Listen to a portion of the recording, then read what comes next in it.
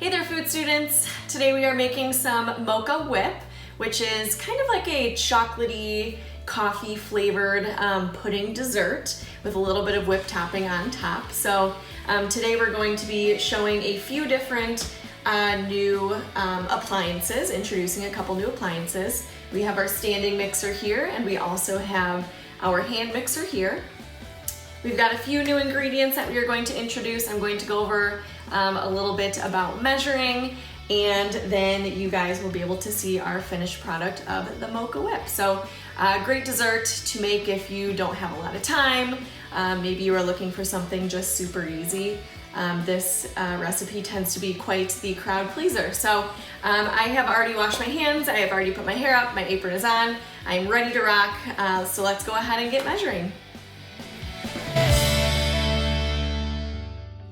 So according to our recipe here, we need 1 tablespoon of instant coffee. So here we have our Folgers Instant Coffee Classic Roast. We need 2 cups of milk. Here we've got some Dean's fat-free milk. We need 1 package of instant chocolate pudding mix. Today we are using chocolate fudge pudding mix. We need 1 package of whipped topping mix. So here we have some Dream Whip. It's definitely not real whipped topping, but we are going to show you today how we can create whipped topping out of just this dry mix. So we'll use 1 of those. And then we need 1 more cup of milk, or I'm sorry, 1/2 of a cup of milk and 1/2 of a teaspoon of vanilla. Now you may notice that milk was listed twice on the ingredients list for today, which means we need to measure out 2 separate measurements of milk. And this is telling us that we're going to be using the 2 different measurements at 2 separate times in the recipe, which is why we are measuring out them separately to start. So let's go ahead and measure out our 2 cups of milk. So here we have our liquid measuring cup. You'll notice that it is clear, okay, we can see through it, and it also has a spout here to pour. This one is just a little bit smaller, same thing. The cool part about these measuring cups is that you can look down to see if your liquid is at the proper measurement. Otherwise, if you're not quite sure if that's accurate, you can always go down at eye level to make sure that your measurement is on the accurate little line here on the side. So we need our 2 cups. We're going to go ahead and put our 2 cups into this big liquid measuring cup. About 2 cups. We'll go ahead and double check that by getting down at eye level, and it looks great. And then in our second measurement, we need 1/2 of a cup. Go ahead and pour that in. 1/2 of a cup. Poured a little bit too much, so we can go ahead and pour just a tad back in there. Looks good. All right, so that is our milk. Let's go ahead and measure out 1 tablespoon of our instant coffee. Here we have our tablespoons and teaspoons, measuring spoons, used to measure small amounts of ingredients. So today we just need 1 tablespoon of our instant coffee. I'm gonna go ahead and put that into glass pinch bowl. All right, we have our 1 package of pudding mix ready to go. We've got our Miracle Whip ready to go. We need a little bit of vanilla extract. It's looking like we need 1/2 of a teaspoon. So go ahead and open this up. Find our 1/2 teaspoon in our measuring spoons. Very small amount. You will notice that vanilla is typically not a very big ingredient in a lot of recipes, and that's simply because the taste is so strong. So you only need a little bit in order for your recipe to have that vanilla flavor. So we just need 1/2 of a teaspoon today. All right, so the first part of our recipe that we are going to prepare is our pudding. So to make our chocolate pudding today, in order to make it our mocha flavor, we are going to use our 2 cups of milk to start. And I'm going to take my instant coffee mix and go ahead and pour that right in. We are going to dissolve our instant coffee right into our milk.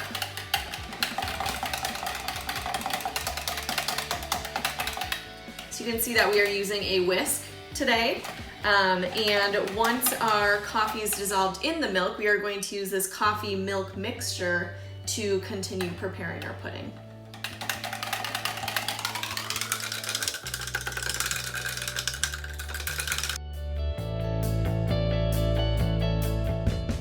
Pour our coffee milk mixture right into a glass mixing bowl here. And to prepare our pudding, we are going to follow the directions on the box. So according to these directions, we are going to beat our pudding mix and milk with a whisk for 2 minutes. Now today, I would like you guys to see a hand mixer in use. So we are going to, instead of using just a hand whisk today, we are going to use our hand mixer, which is this guy, to prepare our pudding. So we've got this guy plugged in. Comes with 2 different little whisks that you go ahead and insert into the bottom here until they click into place. You can hear that click. Kind of pull it out a little bit so that they're not going to be flying around. And on this specific hand mixer, we just have an on-off button and we have a couple speeds. So before I go ahead and put this into our pudding, I'm going to take a rubber scraper or a rubber spatula, kind of just do a quick hand mix to very lightly incorporate the powder into the liquid. Just because if I were to throw our hand mixer in right away, turn it on, it would kind of fly everywhere, the pudding would, and that would make a giant mess. So going to just kind of gently incorporate those. We will use this again, so I'm going to set this right here. Hand mixer goes in. We are going to turn it on. Our lowest speed.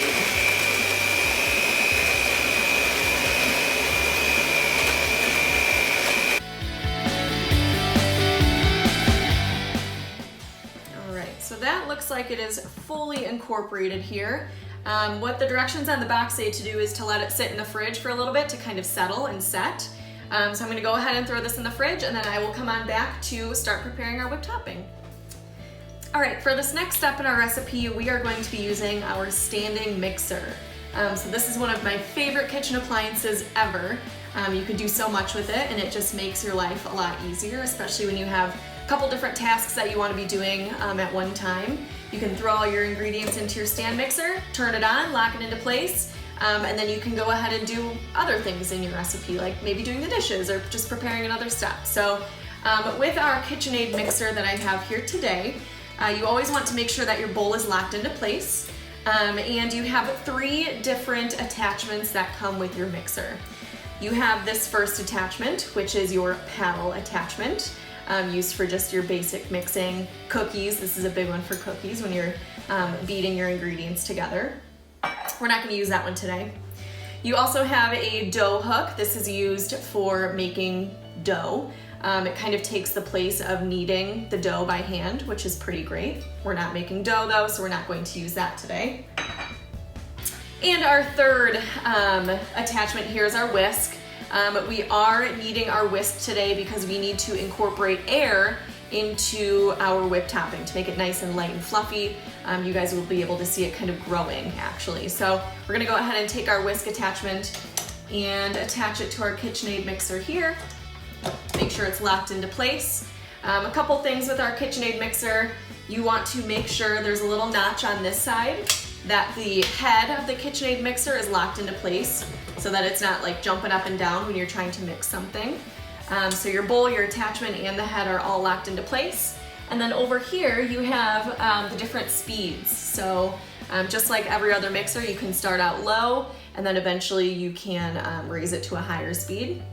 For today, with our Dream Whip here, according to the directions on the box, we are going to use 1 envelope of our Dream Whip, half of a cup of cold milk, which we have, and our half of a teaspoon of vanilla. And in our KitchenAid mixer, let's go ahead and lift this up. We are going to beat our whipped topping mix, milk and vanilla, in a large bowl on low speed until blended. So let's go ahead and open up our whipped topping mix. We're gonna toss that right on in. We can go ahead and add our milk, half of a cup. And we are also going to go ahead and add in our vanilla. Remember, if you use too much vanilla, you're going to get too strong of a flavor, so make sure you're always checking your measurements for vanilla there. Low speed until blended. We're gonna go ahead and let this mix for a little bit. Once this is fully blended, we are going to beat on high speed for 4 minutes or until the topping thickens and forms soft peaks. Now, I'm gonna let this go and I'm going to pause it every now and again to lift up the whisk to show you guys what the peaks look like.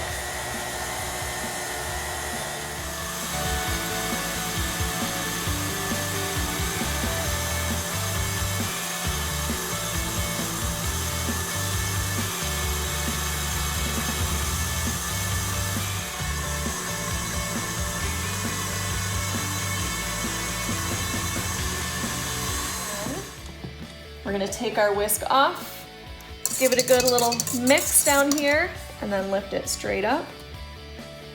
You can see that they're starting to form, but it's not quite there yet. So we're gonna go ahead and keep it mixing a little bit longer.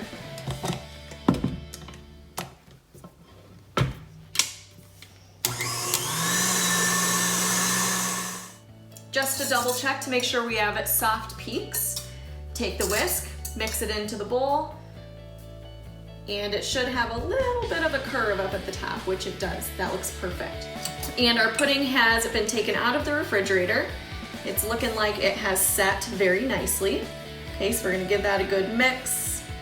And then using our whipped topping, we are going to take about 3/4 of this topping mix and pour it right into our pudding.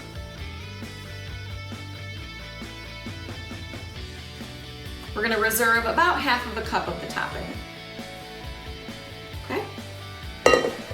And then using our rubber spatula, we are going to fold in the whipped topping into the pudding mix. Now, when you're folding in 2 ingredients, this means that you want to gently mix the 2 together. You'll notice I'm not rapidly mixing. We don't want to fully incorporate the 2 ingredients. We just took all that time to incorporate air into our whipped topping mix. And if we were to mix it too rapidly, we would lose all of that air. We want it to still remain nice and light and airy. So we're going to gently just fold in this mixture here. And you can see that it also gives it a nice kind of marbleized look, which I like. I think the look of the food is almost as important as the taste of the food. So you can give it a nice marbleized look. And once we feel like it's looking pretty good here, I think that looks pretty good, very pretty, we are ready to serve. So to serve our Mocha Whip today, I have just a plastic cup here. We are going to take some of the mocha pudding. Go ahead and scoop it right on in here. And again, this is a great dessert if you're looking to maybe host a family party, you want to provide some kind of fun dessert. This is super easy, super quick. And again, like I said earlier, it is definitely a crowd pleaser. So you don't have to serve it in this big of a cup. You could serve it in something a little bit smaller, up to you. But for today, we're gonna go ahead and add it to our cup here. And then with the remaining topping, whipped topping here, we're gonna go ahead and just give a nice little dollop on top. Okay, make it look pretty, right? Presentation is key. And then we are going to, just for fun for today, top it with some sprinkles, because who doesn't like sprinkles? Just adds a nice little colorful touch on top. And there you have it, your Mocha Whip.